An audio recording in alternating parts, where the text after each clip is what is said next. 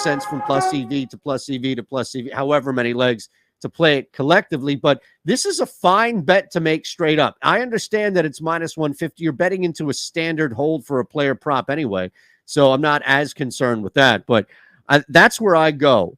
Now, the last is we're going to rip a page out of the NRFI video and just point to something, again, season long, that the pitching matchup here is not going to overcome. It's not going to defer by any means to either Daniel Lynch or not Carson Wentz. So looking at this game, it's not the player props we're going to go to. It's the inning. We're going to go to no run first inning. No run first inning for the Tigers Royals now gets us to plus 535. So over 6.5 Ks for McCullers, under 2.5 Ks for Dylan Bundy, and under a half no run first inning for the Tigers Royals. The Tigers are atrocious. They're the worst team in baseball when it comes to scoring first inning runs on the road. The Royals are not good. They're not horrible, but they're just not good. Middle of the pack at best. And they're not all of a sudden going to victimize a guy, Joey Wentz, because they've been bad more often than good, and they've faced decent to bad pitching, and they haven't been able to take advantage of it. So this is where we begin now on the baseline parlay. All right, McCullers over 6.5, Bundy under 2.5, and then under a half run. We're going to same game parlay X, supersize the shit out of this, but I have to tell you what's happening at DK, right? Because if you haven't taken advantage, now you have one NFL game in the books. We're about to hit week 2 in college. So you had week 0, week 1. This is the third week, technically, right, for college football. So why haven't you taken advantage of this?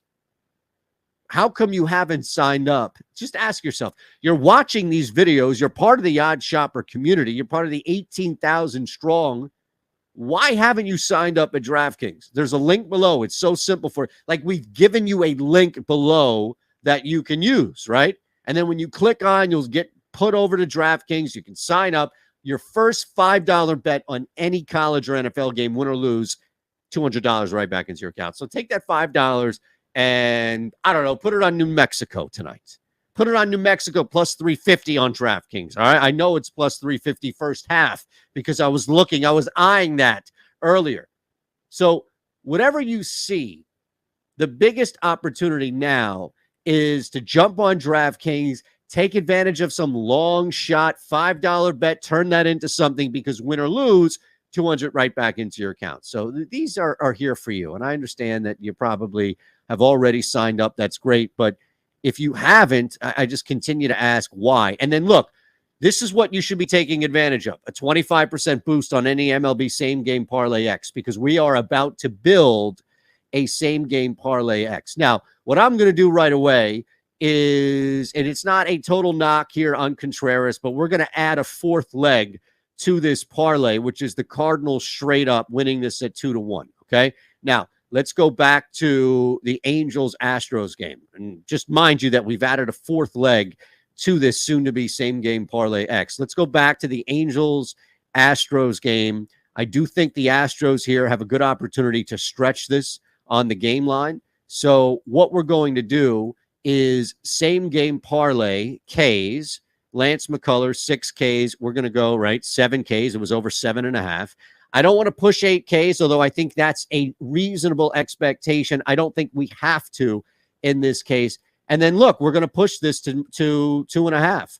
For minus 1.5 at minus 115, this should get us a decent number now over at plus 155. I was going to say over plus 150, which is fine. So now we've already begun here with our first leg, supersizing it from McCullers over 6.5 to now over 6.5 with the Astros laying 2.5 at home. Let's go back to that Guardians-Twins game. All right, now, if you've been paying attention here, probably not going to get the opportunity, to go under 2.5 Ks for Dylan Bundy in a same-game parlay X. Instead, you're just going to have the opportunity here to go 1 or 2, and then from there, I'm not reversing this, right?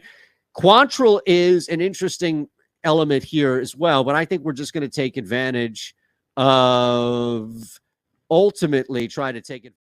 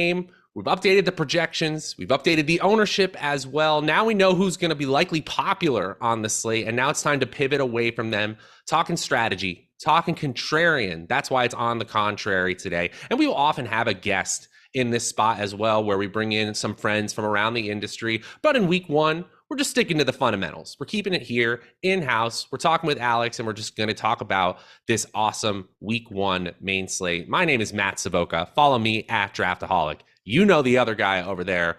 Let's say hello to Alex Baker himself. How are you today, man? What's up, man? Yeah, I think this is gonna be fun week one. Last night's game was a good reminder that like as much energy as we put into like understanding the NFL like over the off season, like there's still like curveballs that are coming at us left and right. So this week one is all about kind of anticipating and ducking and fading. So like last night it seemed like Cam Akers was the guy that everyone thought was going to be the running back, but then it was Darrell Henderson. So, and possibly Kyron Williams if he hadn't gotten injured. So it's like, wow, maybe we don't know as much as we think, but that's always fun for GPPs. It is very fun when we're talking about getting creative for the next slate. But if we're licking our wounds from the previous slate, it's not quite as fun, because if you played Allen Robinson last night, it probably didn't go so well for you. Even Tyler Higbee totally underperformed compared to his opportunity-based expectations. And that's even better than Cam Akers' complete lack of opportunity. Yes, it's just one game, but Matthew Stafford, that offensive line did not look good. In pass block win rate, they were well below average based on ESPN's advanced stat, and the Bills, as you would expect, well above average. By the way, Gabe Davis and Stephon Diggs look like they're going to be fun GPP plays once we get there with them on a main slate as well. So let's just move right into this week one main slate, and let's talk some basic strategy. It's week one. We maybe have some new players here, and maybe some people who are just signing on. Football is their main sport, and they want to just catch back up with the way that we play DFS in week one. And before I go any further, I have to say, what's up? Oh my goodness, a $200 super chat. Oh my gosh, Yeah. I might mispronounce this name. It might just be Jorge or George, but what? Wow! Oh Thank yeah. thank you so much. First NFL tournament of the season, and he got first place on the flea flicker and honor tied with the big boss, Alex. Thank you for all the info provided. Oh, Oh thank you. yeah. Wow. Yeah, congrats to Jorge here. He killed it in the first day, so that hopefully he got a good bankroll going into the rest of the season, and pretty cool to tie it. That's one of the fun things with Showdown is you can chop it up and win with other people, so that's always fun. That is awesome. Didn't take too long for the Stokastic projections to kick in. Let's make sure we get that up on the Stokastic Hall of Fame as well. A big hit right off the bat in the first Showdown slate of the regular season. Thanks for showing the love, man. Thanks for hanging out this Friday as well. All right, back to the task at hand. Week one main slate. The thing you'll hear all across the industry, any DFS show in week one, the salary is soft. The pricing is soft. There's so many ways to play it. Like you can almost eye roll if you've been in the streets for a few years. But what does that really mean to you? And how does that affect the way that you do player selection heading into week one? I think this week one is actually tougher than a lot of times because a lot of times like they set these salaries a month in advance. So like there's things that can change on a team that will make someone a crazy value. But like it's almost like there hasn't been anyone that has emerged as a good value because of injuries or whatnot. In fact, like one of the guys that looked like he was going to be like a crazy good value, like was Travis Etienne, and he actually got like a worse value now because James Robinson is recovered quicker than expected. So it's like there are no gimme plays on this week unless do you see any? I don't see any emerging quite yet. Obviously, the weekend is young. We'll see what happens. There are some players who have questionable tags, like, I don't know, is Deontay Johnson going to play? Things like that. That might affect things. But I was talking with Stokastic fantasy football analyst Nick Lepre, and he was saying that he kind of thinks that James Robinson's active status is a little bit of a red herring, and that he thinks that they won't rule out a full workload is code for they're ready to give him 5 to 8 touches, and that this is Travis Etienne's backfield until James Robinson can essentially get his preseason legs under him, because he's behind in his because of his recovery. He just hasn't played on the field yet. And so I actually don't think that is a bad way to play this at all. Travis Etienne, certainly not out of the running, but as you said, he's not a clear-cut value at 5,600 against a Washington team who I honestly think is overrated. They're home favorites. I get it, but I actually think the Jaguars are going to be a much, much more competent overall offense this season with Doug Peterson. How do you handle popular players in week one? Because there, as you said, there aren't clear-cut values, but there are obviously ways that the ownership is already coalescing. A lot of star wide receivers, some mid-tier running backs that appear to be the value plays, if you will. How do you handle that when you go into week one? Yeah, I think that week one, there's like I'm gonna drop an article later this weekend that kind of goes through this, but like you want to try to get the highest projection you can while still having a lamp that has some uniqueness. So it's these guys are probably high on for a reason. So unless you have specific reasons to fade them, it's like you're gonna mix and match some of those high on plays, and then just get in a sleeper or two into your lineup so that it gives you that X factor to get you to first. So I mean, I don't see anyone that's high on that I'm like, there's some real question marks here.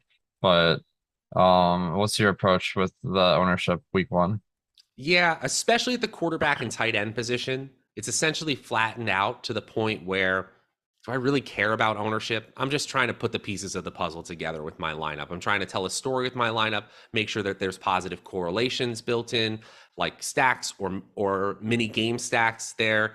And from there, it's just about kind of making it work. Even Travis Kelce, the biggest names, Darren Waller, Mark Andrews, they're at around 10%, but they're below 15%. Not every player in my lineup needs to be a contrarian play. Not every player in my lineup even needs to be a value play. It's about the way they all work together. So I honestly think week one tends to be harder as a DFS puzzle because there are so many different ways to play it. I do think that contest selection is also important too, right? Because again, this is a week one fundamental. You probably know this if you're listening to Stokastic DFS day after day, but we get more contrarian as we play against more people. And usually it's bigger prize pools as well.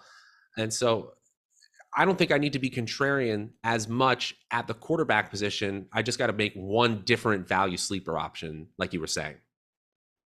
Yeah, definitely. So that's going to be like one of the biggest points you can get contrarian is at quarterback. So like that kind of is an interesting decision. And like no one has super high ownership. I think the highest is at like 10% about. So, but you can get guys that are like in the low single digits, and that can be a way to really differentiate. I totally agree. Red Skittles in the chat says, I give all of my lineups a news headline. If I'm reading this correctly, it's sort of like you make up the front page of the newspaper where the players that you had in that lineup broke out. That is a super creative way to look at things, to build the story around your lineup. I like that a lot. And especially with our new tools like the lineup generator tool, which is absolutely free this weekend over on stokastic.com. I think you can start to build out the pieces of that, even if you're a hand builder. That's really cool, giving a headline to every single one of your lineups. Good idea, Red Skittles. Speaking of tools, go ahead. The headline last night was Cam Akers disappears. The great disappearing act with an AKT. Okay, speaking of stats and speaking of tools, over on stokastic.com, if you haven't checked it out, by the way, new users can get 3 days absolutely free, all of our premium tools. So if you sign up on a Friday, you can get our entire main slate, the Sunday night showdown slate, and Monday night showdown. It's a good time to sign up over there. What tools have you been gravitating towards on the NFL side to help you get ready for week one, to help you get back in business? Well, the boom bust tool is always a staple for breaking down the slate because it has like all the data like the optimal lineup percentages, especially, which kind of like do all this math that's not possible to do like just by hand. So it kind of really helps summarize the slate. And then for building lineups, the lineup generator, I'm stoked about because like basically you're we're taking like a ton of a pool of lineups and we're tossing out all the ones we think aren't going to win you the money. So what's left is like a diverse pool that has a lot of good lineups, and it's just kind of all about just going through some of the lineups and finding ones that you like.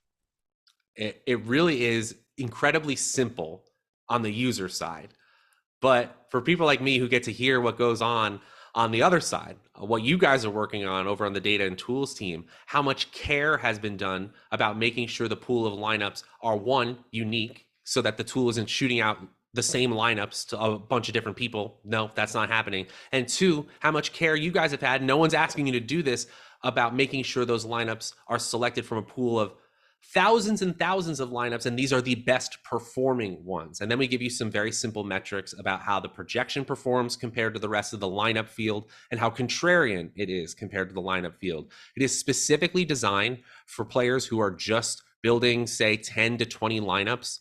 We are working on making sure those people are covered just as well with our suite of tools as the people building 150 lineups in the Millie Maker. And it really is a different little game, right? And that's why we're talking about getting contrarian, whether you're a hand builder or a max enterer. Let's say we get into the slate and the specific players. It's all right, let's do it. We'll start with the popular quarterbacks. And when I say popular, it's kind of with an asterisk, right? I already alluded to the fact that we have no big, heavy ownership at the quarterback position. No one at 10% ownership in our latest run of ownership projections. We'll see if that changes as we get closer to Sunday. But we do have 7 quarterbacks above 5% in ownership. A lot of the big names you would expect: Murray and Mahomes, of course, in that expected shootout, Kansas City and Arizona. Joe Burrow, who is nearly a touchdown favorite at home against the Pittsburgh Steelers. Jalen Hurts facing Detroit's defense, which is considered to be well subpar. And then some pretty obvious options here. I think Lamar Jackson against the Jets at 7.3K on DraftKings is a fantastic value. I understand why he's popular. And then finally, Herbert and Carr in that Las Vegas-Los Angeles matchup, which should also be very pass heavy. None of them stick out as absolute fades here. And what I mean by that is I'm probably going to get creative with my top stacks. But one player that really popped for me in our projections and top stacks tools is Jalen Hurts. A little bit cheaper, and the upside appears to be just the same. You feel the same way? Yeah, I mean, this is one of the key decisions of the week is what to do with Jalen Hurts, because the price is very low for a guy that he's a quarterback against Detroit. They have like a 26.5 point total, and he has AJ Brown on the team now. So he's got 3 different options you can stack him with, basically Devonta Smith, AJ Brown, and Goddard. So you make a really nice lineup. The one thing I'm worried about is just whenever you're taking a rushing quarterback, you're hoping the other team can keep pace, and don't have a ton of confidence in the Lions. But like it's not out of the realm of possibility. But this is a stack where if I'm taking Hurts, I might want to run it back with the Lions player just because you're going to want some production to keep some quarterback rushing attempts. So if you're going for a quarterback with rushing upside, his pure ceiling is when he rushes for like 100 yards, has 1 or 2 touchdowns on the ground, and he passes well. Yeah. Josh Allen last night. Yeah, that's a good example. So yeah, I think like you could consider like just taking a guy like Hurts because he doesn't have to like without stacking, but like what we're really going for with the stack is like a 2-for-1 where if one guy does well, the other guy does well. Not exactly a guarantee with Hurts, but that's why like even though he's popping into numbers, it like the other factors are pulling me back a little bit on Hurts, so he's not my favorite quarterback of the week, but I think definitely a solid building block. Yeah, and also he's not a stay away by any stretch because you can get contrarian. Like you said, he's got 3 legitimate options to stack him up with. The minute you add 2 of those, you're going to differentiate yourself pretty well. And then there's always that one sleeper play, that one-off option that we were kind of talking about in the opening segment. Larry C has a great question. What's up, man? You're always hanging out in here. Matt or Alex, on the top stacks tool, which stat do you focus on? Top stack percentage or the rating value? And now the rating is new this year, I believe, and Yep. it is actually there to help you balance these stats all together for you. There's a long answer to this, but the rating is the number one stat that I'm now paying attention to, right? Yeah, definitely. Like I just saw when I was looking through the top stacks for NFL, like the feedback we always got was at the top stack percent. It was kind of nice, but it wasn't that helpful in building lineups. So we came up with this top value percent, which like that correlates a lot better to what the best stacks are because it's like how likely are they to perform their salary expectation, which in football is more important than being the highest scorer.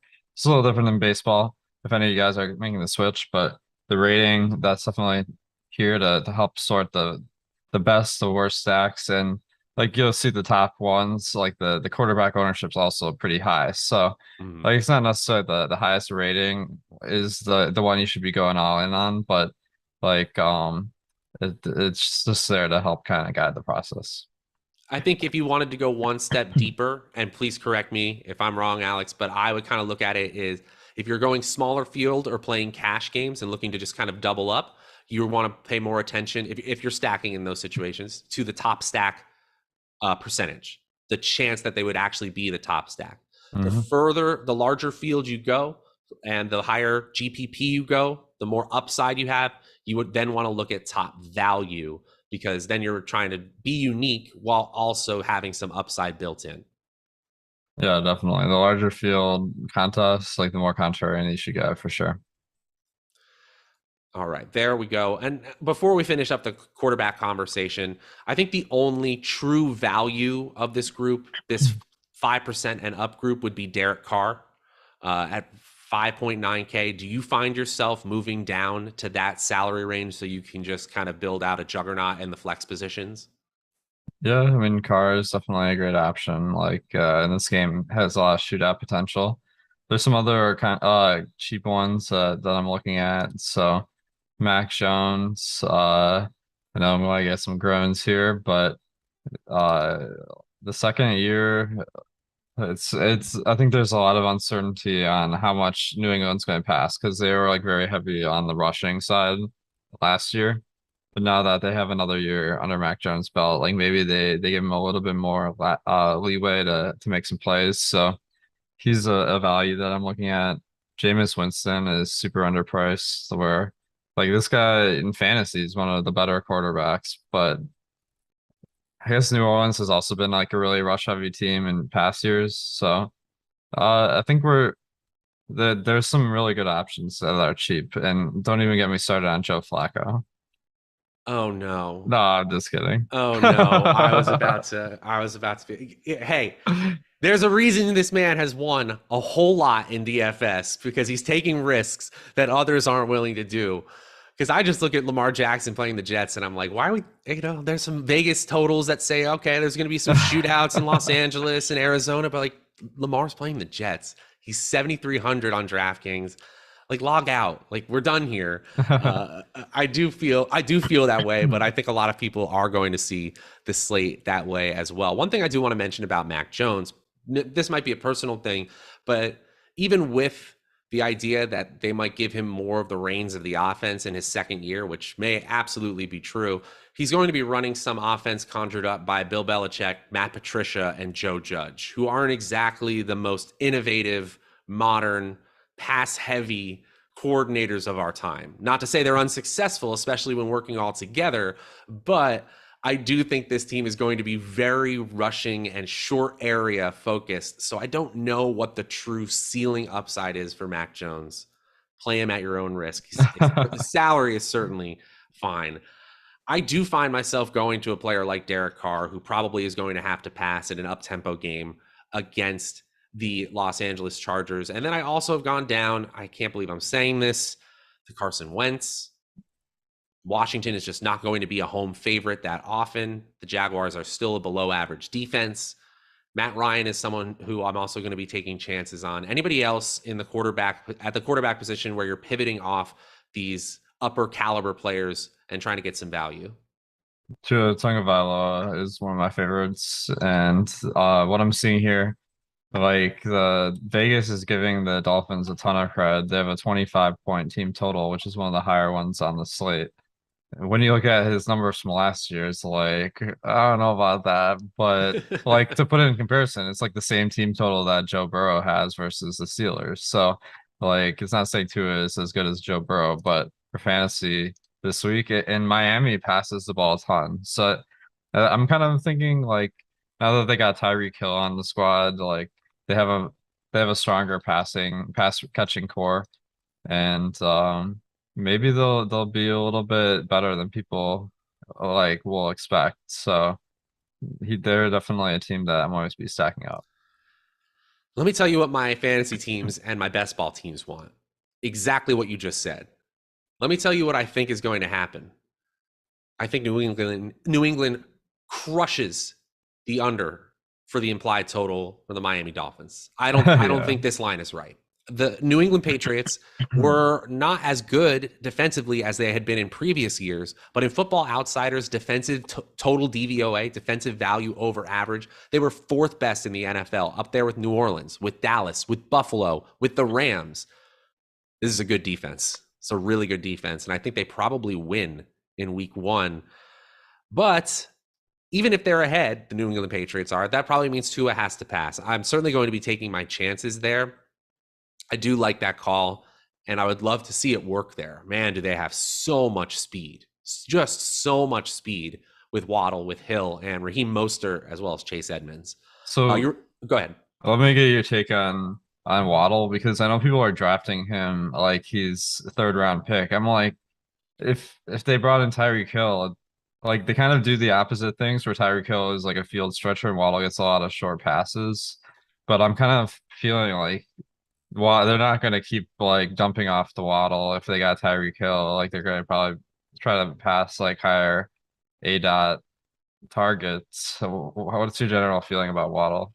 So let's go from macro to micro, because fundamentally, what the Miami Dolphins have done, as well as the Philadelphia Eagles, they have put everything in place so that they can evaluate their quarterback effectively. They are in a year where they can say, everything else was good enough. If you don't perform, we must get rid of you, which is actually kind of hard to do when you're talking about higher draft picks like Tua was. So that's what they aimed to do. If you look at a player just in a vacuum, a rookie who performs as well, has as much volume and as much efficiency as players like Jalen Waddle, they often become the perennial Pro Bowlers at the wide receiver position. So looking at his player comps, I'm still very bullish on Waddle. Now let's go to the micro. The fact that this game is against a tough New England defense, the fact that they probably won't be able to just, unleash the deep ball. I think moving the chains with players like Jalen Waddle, in a Michael Thomas-esque role is going to be very, very important for this Miami offense if it's going to succeed. So in lineups where I'm telling that story, I'm fine doing it. I think we're going to learn a lot about this Miami team over the first few weeks. I have high hopes, but they could come crashing down like my beliefs in Allen Robinson were before last night.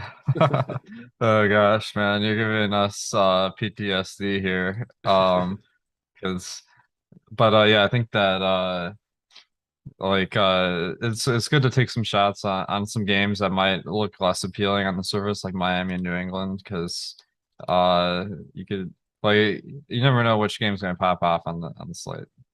Absolutely. And if you get in a situation like, let's say you're entering like even just 20 lineups and you're focused on one or two games and game stacking all around that, and no one else is focused there, you could end up with a huge payday where you're taking like second, fourth, fifth, and all your lineups were unique and well performing. Definitely seen that before. You ready to move on to the running back position?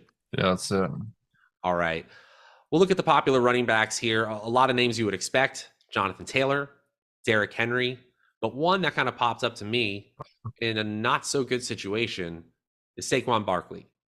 The reason is obvious, right? 6,100 in salary gives you guaranteed opportunity in a way that you can't get at that salary tier typically. So he's going to be very popular, particularly on DraftKings. How are you playing Saquon Barkley in week 1? Yeah, he really stands out at his projection and salary. So he has the second highest chance of being in the optimal lineup in our boom bust tool. So that's really encouraging. As far as the player, like I think that he like I don't really buy the hype that some people give him because like his really good season was with Eli Manning just dumping the ball off to him nonstop, and that didn't happen ever since Daniel Jones has been QB. He's been injured a lot at that time, so we haven't really gotten to see a ton. But I think he's going to be a good like fantasy player, but not like elite. But that's what his salary is indicating. So I think at the salary is definitely someone I'm buying in on. He had, in my opinion, 3 games of full health since his ACL tear at the beginning of the 2020 season. Damn, that's crazy. I know he played more games than that, but the 3 games of full health were the 80% snap share of Washington, where he had 16 touches, getting back into the swing of things, running back 32 in PPR scoring. But then he finally turned on the Jets. He had 20 plus touches in 2 straight weeks, 20 plus fantasy points both those weeks, and then he tweaks that ankle against Dallas. And he does come back, but he doesn't play more than a 50% snap share in all but 1 week. He clearly was banged up. If he's healthy, he is a way better play than I realize. But now that he's popular, I got to fade him in week 1. That's kind of how I feel about it. Nice. Like there are too many question marks that I won't have 0 of him, but I'll have under the field for sure. What really surprises me is that people aren't getting to Christian. Is it just fear of Christian McCaffrey at 8.5K? Because I feel like that's the easiest value on the slate. Christian McCaffrey. Yeah, I truly think we're getting a huge discount on someone who might be 10K once again. Totally. Yeah, I think that it's possible to find enough value at other positions to make that work. So I like it. I think that it's hard to work out how much workload he's gonna get because if I was the coach, I'd be like, there's no way we're giving him as much touches as before because it seems to always like result in disaster. So we'll see. But I think that he's a fantastic play for sure. And there's some good wide receiver value. One value at running back I'm kind of interested in your take is Clyde Edwards-Helaire. Like for some reason that guy Isaiah Pacheco is getting like a ton of a hype in Kansas City's backfield, which is kind of concerning. But Ronald Jones, who's the guy that people thought was going to take touches, like he barely even made the 53-man roster from all accounts. So kind of thinking Clyde Edwards-Helaire, like he's never had like breakouts like Saquon Barkley, but the draft capital was super high. So what are your feelings this week? They certainly want him to be a thing. And they kept the fact that he was really not well, injured. He had his gallbladder removed last year and was 165 pounds, reporting to camp. So this is truly his first NFL offseason, his first normal NFL offseason. And like you said, when you use first-round draft capital, you want to make it happen. Isaiah Pacheco is interesting because they don't have another player on the roster who is just a pure speedster. His speed score is 98th percentile according to playerprofiler.com, and he's strong as well, 93rd percentile bench press. So he's a different kind of player, and he's a late 7th round pick who's hitting so far, but he's a late 7th round pick. I do think the main concern is that it's a little bit more RBBC. I actually like the fact that the Stokastic projections have said, no, we're taking a stand. We're making sure that this player is going to get opportunities, or Kansas City is doing that. And it's one of the best game environments of the entire slate. I believe we have him in the top 15 of our current rankings. I'm certainly not shying away from him, even though he's somewhat popular, more popular on FanDuel, honestly, than on DraftKings. I like CEH a lot this week. Yeah, if you even give him 50% of the work like we have, then he stands out as a great value. So with Jerick McKinnon also in the committee, like he's definitely gonna get some of those third downs, which is kind of why like maybe we think that his workload is not going to be that high. But like I think that the price just is like pretty low for a starting RB. Yeah.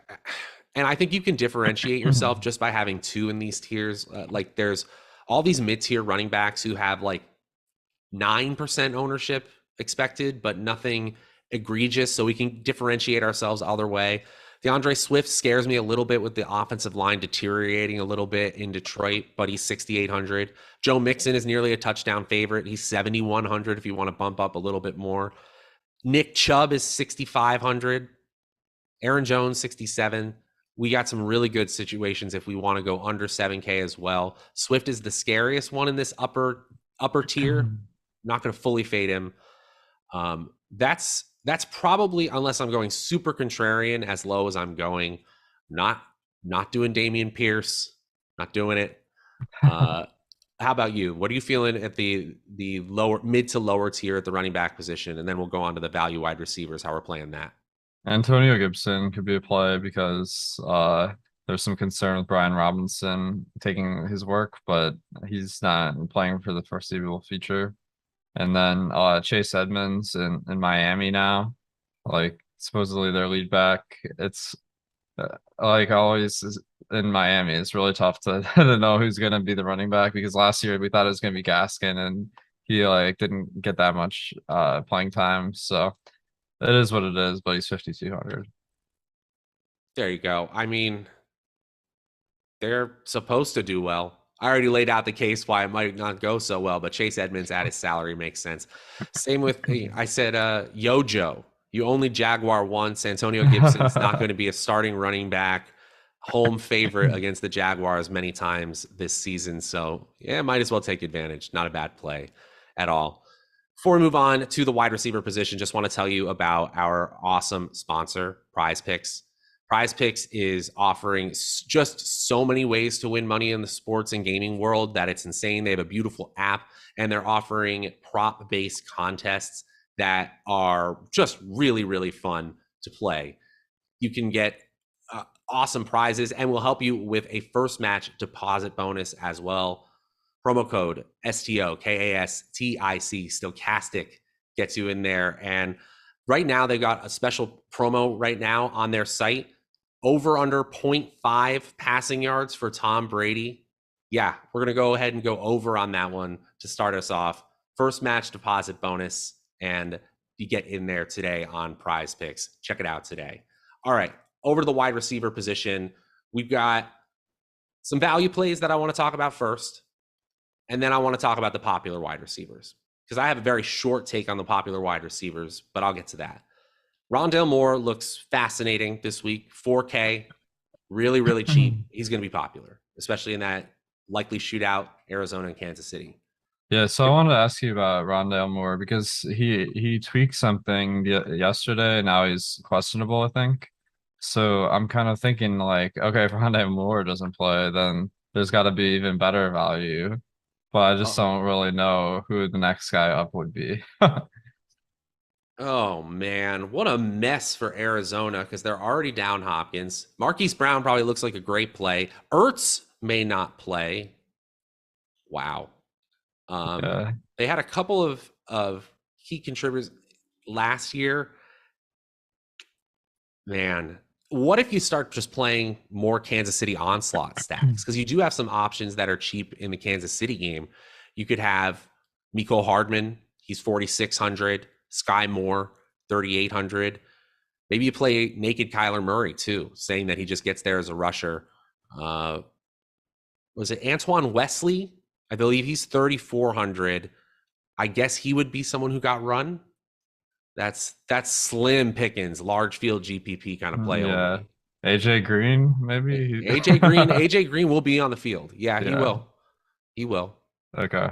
46. He's not that cheap though. He's 4,600. Antoine Wesley is on the IR now. Oh, he is. I'm sorry. So, like, yeah, they're really thin at wide receiver. Like, I'm guessing Rondale Moore doesn't play. Like, we just don't really know right now. But he injured his hamstring Thursday, it says. So, Trey McBride, the tight end, will probably get run at 2,900. Are you thinking Zach Ertz isn't going to play? I'm now thinking if they're this beat up, they might have to play Trey McBride in some sort of hybrid role anyway. Okay. So that'll be an interesting one. Hopefully we get some beat reports. And then by Sunday, we have a good picture of what's going to happen here. How about we're going back to that Giants Tennessee game. I guess the salary is right more than the game environment, because that doesn't look like a super fantasy friendly matchup on paper, kind of mid-tier. But Kadarius Toney is 4,100 on DraftKings, and so people are gravitating towards him. He's over 10% owned, or that's an expectation. You feeling good about that play at all? Let's say it again. Kadarius Toney at 4,100. He's creeping up there in ownership. Like he seems to be a guy that I have no idea what to expect, because he barely played last year, but super high draft capital, and the rest of the wide receivers in New England like seem kind of iffy. Like Kenny Galladay, they said he was like not like agile in practice or something. It was a nice way to put it. Sure. Okay. Sterling Shepard, he's supposed to be playing, but he is coming off an Achilles, I think, and then he even like I think he might be on some sort of like snap count or something coming back from that, because like he's very fringe on being able to play. And then I guess they got the rookie Wandale Robinson, but Kadarius Toney, the main thing is it just seems like there's a ton of opportunity for someone to succeed here. That is definitely true. And on a targets per route run base, he looked fantastic last year. I believe he was number 7 in the NFL in targets per route run. That usually indicates that they wanted to get you involved, but the game script or injuries, something inhibited you from getting involved. So Kadarius Toney is a sort of I get it play for me this week. I think Wandale Robinson is very interesting right now, projecting for sub 7% ownership, actually closer to 6% ownership at just 3K. That's the kind of value play if I'm looking towards this game environment for a one-off. Ultimately, I just think that if he's going to be popular with so much uncertainty, I'm probably moving away from a player like Kadarius Toney. If he was unpopular, he'd probably be pretty interesting to me. Does that actually affect, does the projected ownership actually affect how he will perform this Sunday? No, it doesn't. But from a game theory standpoint, I got to take it into consideration. Definitely. I think as well, I'd rather just get up to these slightly more advantageous plays, in my opinion, where you just pay a slightly higher salary for higher certainty. Rashad Bateman at 5,300, Adam Thielen at 5,400, one of my favorites. Michael Pittman at 5,500. A lot of players coalescing around that, but I totally get it. I think a Matt Ryan stack totally makes sense. I heard chat talking about it earlier. Talk to me about Michael Pittman, Bateman, or Thielen. Do you have any favorites of those? So Michael Pittman with Matt Ryan now, that's definitely intriguing, and the price point seems to be quite appealing. So I think that's a good one. Bateman, like I'm always pretty iffy on receivers in Baltimore because they just don't throw the ball a ton. But it does look like his optimal line percentage is pretty good. So I think he's good. And like Thielen also, he's kind of like a great end zone target. So I like that the prices come down like significantly from past years, it seems like. So I think all of them are pretty good options. What do you think? I love Adam Thielen. I think he's going to be in a great spot. Green Bay's defense is tough. I understand that. Top 10 in the NFL. But I do think that this offense in Minnesota is going to look much more modern, much more pass heavy, and that 7.2 targets per game is a floor for Adam Thielen in terms of opportunity value. I think the value is going to be there this week. On FanDuel, I did see some interesting players that are a little bit more popular that I'm not afraid to go to. Mike Williams, 6,600 again, FanDuel. Amon-Ra St. Brown, 6,500.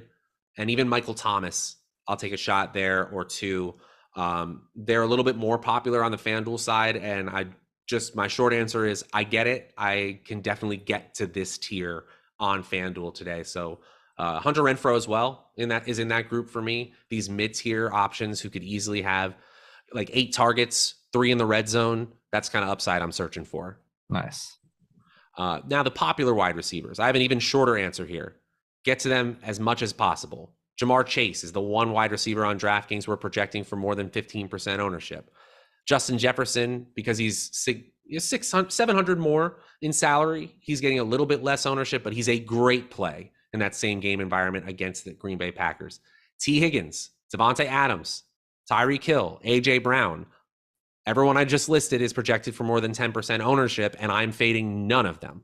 Are there any favorites within there that Justin Jefferson, Adams, Hill, and the new look A.J. Brown on the Eagles, these elite wide receivers, how are you playing them this weekend? It looks like kind of what we're seeing is the value is better on elite running backs, and maybe going cheap at wide receiver is the like higher projected strategy. But like all these elite wide receivers have so much upside that like they could break a slate on any given week. So particularly keying in on Devontae Adams, Justin Jefferson, and Jamar Chase, just because those guys are probably the scariest fades.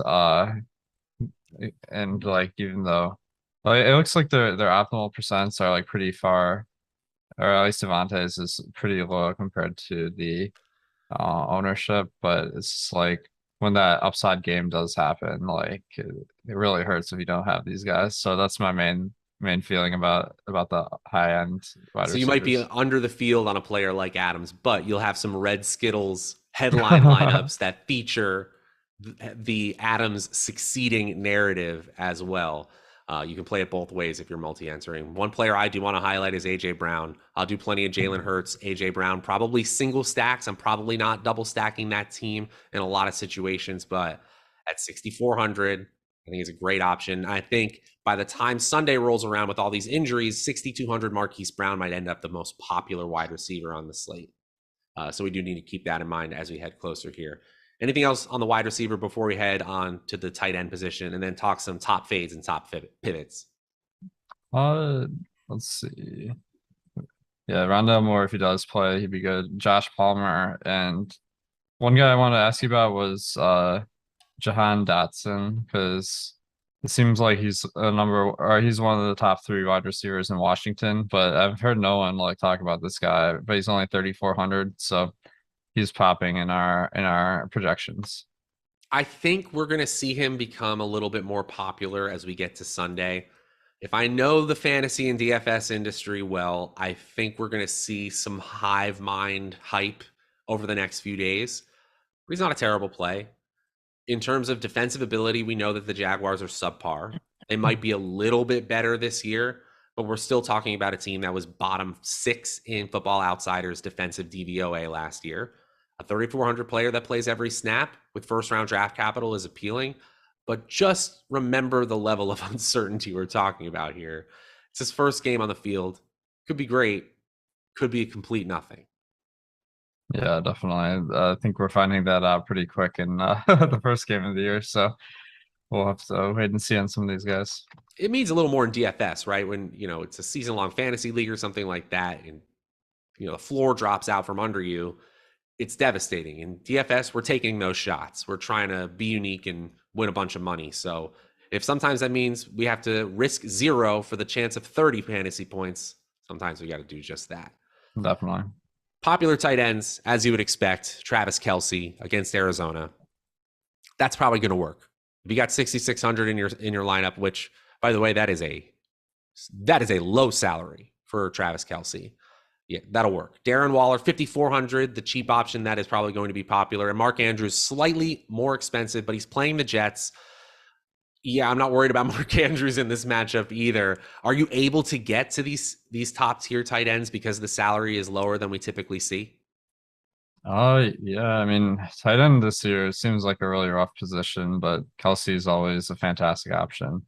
Mark Andrews, I guess with Hollywood Brown off the team, maybe he gets a bigger target share, but the projection compared to Kelsey, just like because Kansas City throws so much more, like it makes Andrews look like a much worse play. Kyle Pitts is someone I'm kind of intrigued by because like there's so much hype that in his second year he's gonna be a stud, but with Marcus Mariota, like it's a little iffy, but like there's no one I feel like extremely confident in. I feel extremely confident in Travis Kelce. Nice. I know Patrick Mahomes said it's going to be a different guy every week, not like it was with Travis and Tyreek or something like that. But yeah, I think the opportunity is going to be there. And if you look at the Stokastic projections for DraftKings, Kelce has a nearly 2 full point lead on Mark Andrews in our overall projections.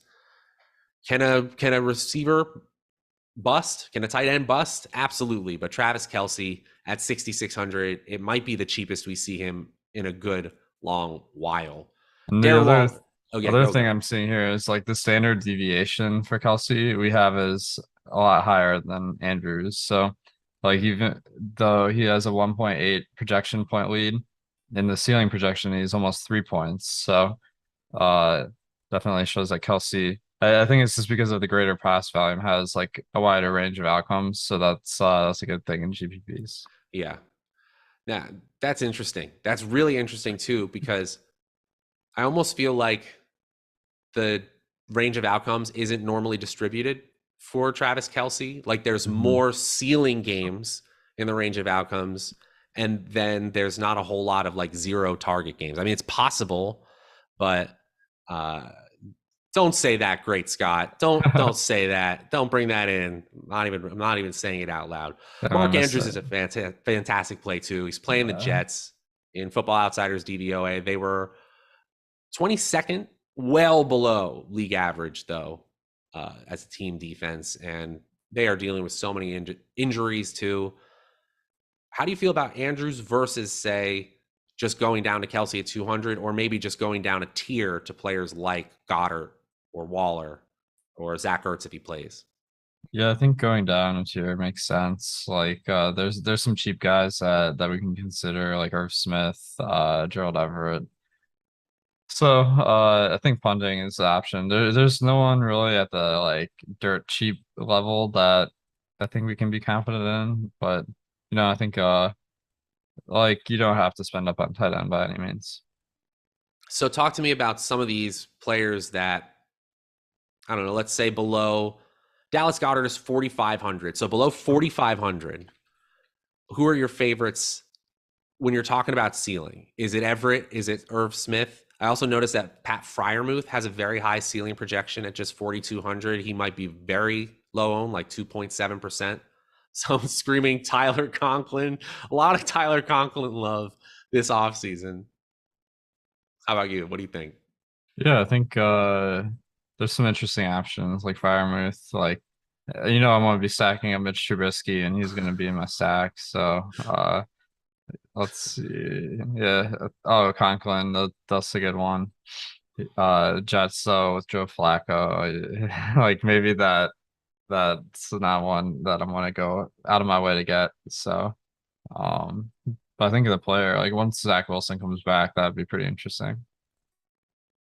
I would agree with that. I think Flacco locks on to Elijah Moore and Garrett Wilson quite a bit. Nice. I think you could also play Hayden Hurst at 3,300 in that same game, that Pittsburgh-Cincinnati game. That's really interesting. But ultimately, if you look at all my lineups, you're going to see a whole lot of this top 6. Pitts, Goddard, Andrews. Oh, it's 5 because Ertz is probably going to be out. Pitts, Goddard, Andrews, Waller, Kelce. Nice. We move to our final segment here, our top fades. Very simple for me. It's the New York Giants players, Saquon Barkley and Kadarius Toney. I will take my chances on Giants when they are unpopular. And once I've seen them do well with this new Brian Dable offense, you guys can take them because they're decent values. Also, DeAndre Swift, I'll probably be under the field. How about you, Alex? Dalvin Cook is someone I think I'm going to fade. Like Minnesota, they only have a 23-point team total this week. So, like, I know everyone talks about Justin Jefferson and Adam Thielen like being great players. There's just not that much like fantasy scoring to go around on this team this week, at least according to Vegas. So he's kind of on the chopping block for me, especially with the new coaching staff. They said that they might pass the ball more because they've been pretty run heavy in the past. So Dalvin Cook is one of my fades. The other one is Deebo Samuel. I just think with Trey Lance at quarterback, it's gonna really hurt the production of all of the receivers, and Deebo is kind of like sometimes a running back as well. So I think that until that price comes down significantly, because it's based on last year's performance, like he's a fade. I had a buddy talking to me during the game, feeling the same exact way. Scared about Debo. We know the talent is there. What does that offense really look like? My top pivots today, I'm pivoting off of Rondale Moore, and I'm going up to Mecole Hardman in that same game at 4,600 if I can. But if I can't, I'll go down to 3,800, Sky Moore. And then George Pickens. We didn't mention him, 4,100. Game environment where they'll probably have to pass. And he's the essential number one if Deontay Johnson can't go in Pittsburgh. And if you're pivoting away from Saquon Barkley, I want to look at Clyde Edwards-Helaire, who we talked about earlier, as well as Miles Sanders in what should be a fairly high total game against Detroit. Who are your top pivots this week, Alex? So my top pivots, Derrick Henry. Like for some reason, people have been down on him this year, even though like he crushed it last season. And like I think that he's always a great option. Like at least now I've realized that I faded them for a long time. But we got Keenan Allen instead of like Debo at the same price range. Like the Chargers obviously like throwing the ball a ton. Like it's gonna be hard to pinpoint Allen or Mike Williams any given week, but he's always a great option. I love Keenan Allen this year. I think the ceiling is way higher than people realize because of the talent of Justin Herbert. And yes, I did say that, Coach Craig Sports. I think the way that they're going to utilize George Pickens will make him look like the number one option, not Chase Claypool.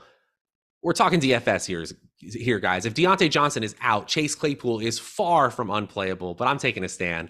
I'm saying the rookie George Pickens makes his name known right in week one.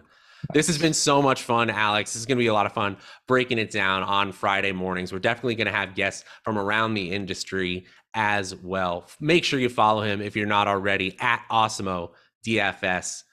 Get over to Stokastic.com as well and get all of our free tools this weekend and use code SCRAMBLE to get 7 days for $7.